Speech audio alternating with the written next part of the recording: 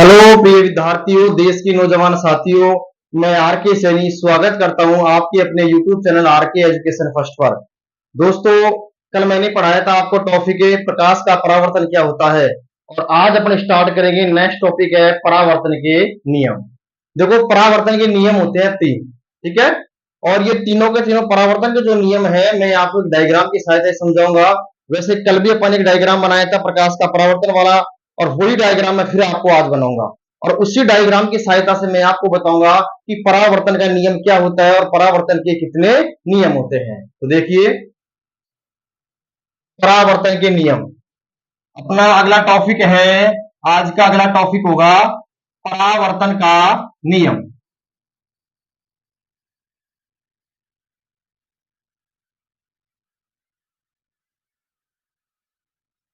परावर्तन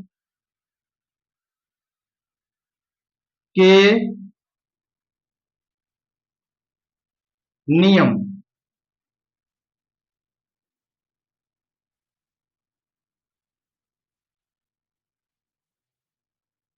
अगला टॉपिक है परावर्तन के नियम।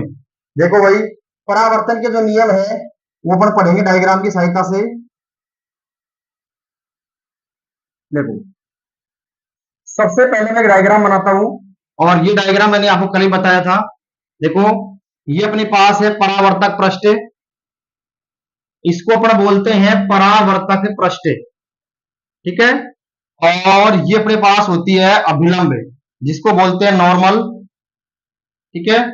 और ये अपने पास होती है आपतित किरण, और ये अपने पास होती है परावर्तित किरण, ठीक है। तो देखो, इसको अपन बोलते हैं आपतित किरण, आपतित किरण, और इसको बोलते हैं परावर्तित किरण, परावर्तित किरण। और ये अपने पास होता है अभिलंब, अभिलंब, जिसको अपन नॉर्मल भी कहते हैं, ठीक है। और ये अपने पास होता है परावर्तक पृष्ठ,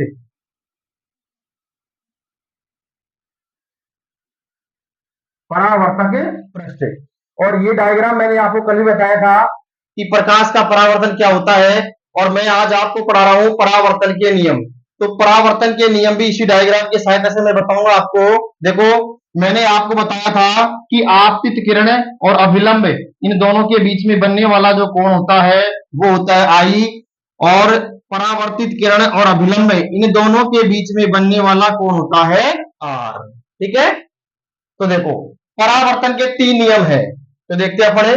सबसे पहला नियम क्या है, अपन करेंगे सबसे पहला नियम। परावर्तन के होते हैं तीन नियम। पहला नियम क्या है? पहला नियम है कि आपतित किरण और परावर्तित किरण, कहने का मतलब है कि जो आपतन कोण होता है, आपतन कोण और परावर्तन कोण, इन दोनों का मान क्या होता है? बराबर होता है।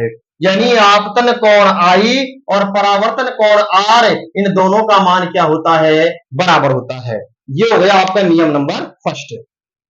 अब नियम नंबर सेकंड क्या है कि आपतित किरण, अभिलंब और परावर्तित किरण, तीनों परावर्तक पृष्ठ के किसी एक बिंदु पर क्या होती हैं? केंद्रित होती हैं, ठीक है। यानी आपतित किरण, अभिलंब और परावर्तित किरण परावर्तक पृष्ठ के किसी एक बिंदु पर क्या होती हैं? केंद्रित होती हैं, ठीक है।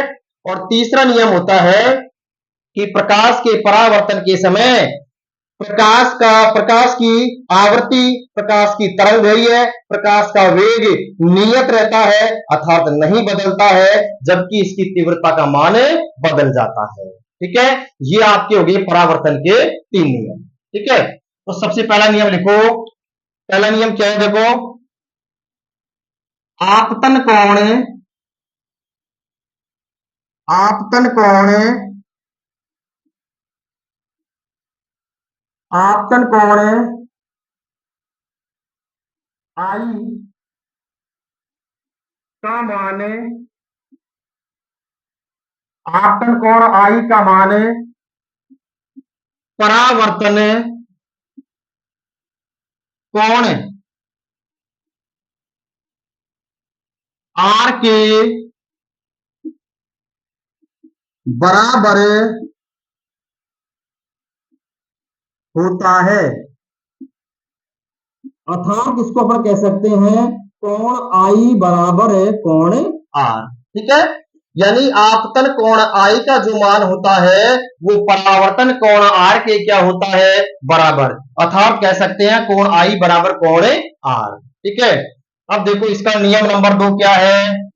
नियम नंबर 2, नियम नंबर 2 है कि आपतित किरणें अभिलंब और परावर्तित किरणें परावर्तक पृष्ठ के किसी एक बिंदु पर क्या होती हैं, केंद्रित होती हैं। तो लिखो इसमें, लिखो इसके अंदर आपतित किरणें, आपतित किरणें कोमा अभिलंब,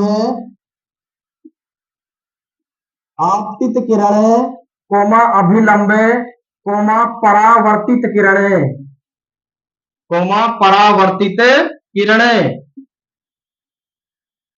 परावर्तक, परावर्तक पृष्ठ के, परावर्तक पृष्ठ के किसी एक बिंदु पर, किसी एक बिंदु पर केंद्रित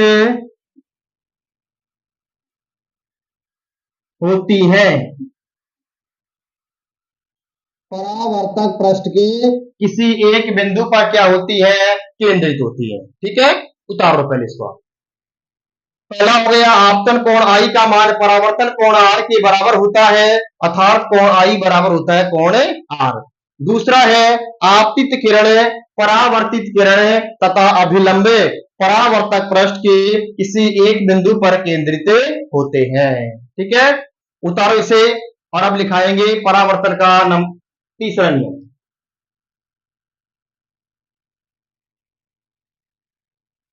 उतारो इसे।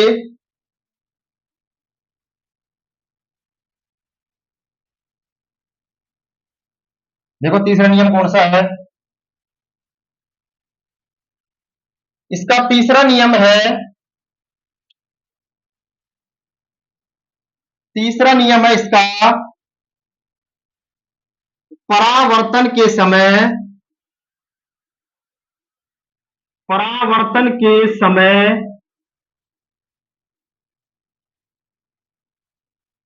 प्रकाश की, प्रकाश की आवृत्ति कोमा तरंग दैर्घ्य,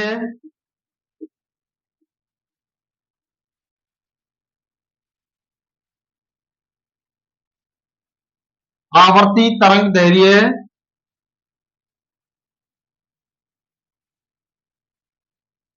तरंग दैर्घ्य कोमा वेग नियत रहते हैं, नियत रहते हैं, जबकि, जबकि तीव्रता बदल जाती है, जबकि तीव्रता बदल जाती है। और ये वाला जो क्वेश्चन है वो एक बार कंपटीशन के अंदर पूछा गया था। ये नियम नंबर जो 3 है वो एक बार कंपटीशन के अंदर भी पूछा गया था। उसमें ये था कि प्रकाश के परावर्तन के समय किसका मान बदलता है, अर्थात तीनों तो क्या रहते हैं, नियत। एक तो है देखो आवर्ती, एक है तरंग दैर्घ्य, एक है वेग। ये तीनों का मान तो नियत होता है, अर्थात इसका मान कभी नहीं बदलता, जबकि जो तीव्रता होती है उसका मान बदल जाता है। तो इसके अंदर आंसर कौन सा था, तीव्रता। ठीक है, तो आज का अपना ये टॉपिक था और कल अपन पढ़ाएंगे गोलीय दर्पण। कल का अपना अगला टॉपिक होगा गोलीय दर्पण, अर्थात गोलीय दर्पण किसे कहते हैं, गोलीय दर्पण के कितने प्रकार होते हैं और गोलीय दर्पण से संबंधित महत्वपूर्ण परिभाषाएं, जिसके अंदर आता है मुख्य अक्ष क्या होती है, ध्रुव क्या होता है, वक्रता केंद्र क्या होती है, वक्रता त्रिज्या क्या होती है, मुख्य फोकस क्या होता है, फोकस दूरी क्या होता है, ये सब अपना कल पढ़ाएंगे। और आज के लिए अपना टॉपिक था प्रकाश का परावर्तन के नियम। ठीक है, तो शायद मैंने आपको जो पढ़ा है वो समझ में आ गया होगा, और फिर भी अगर समझ में नहीं आया है तो कमेंट बॉक्स में बोल दिया करो सर ये समझ में नहीं आया है। ठीक है, धन्यवाद।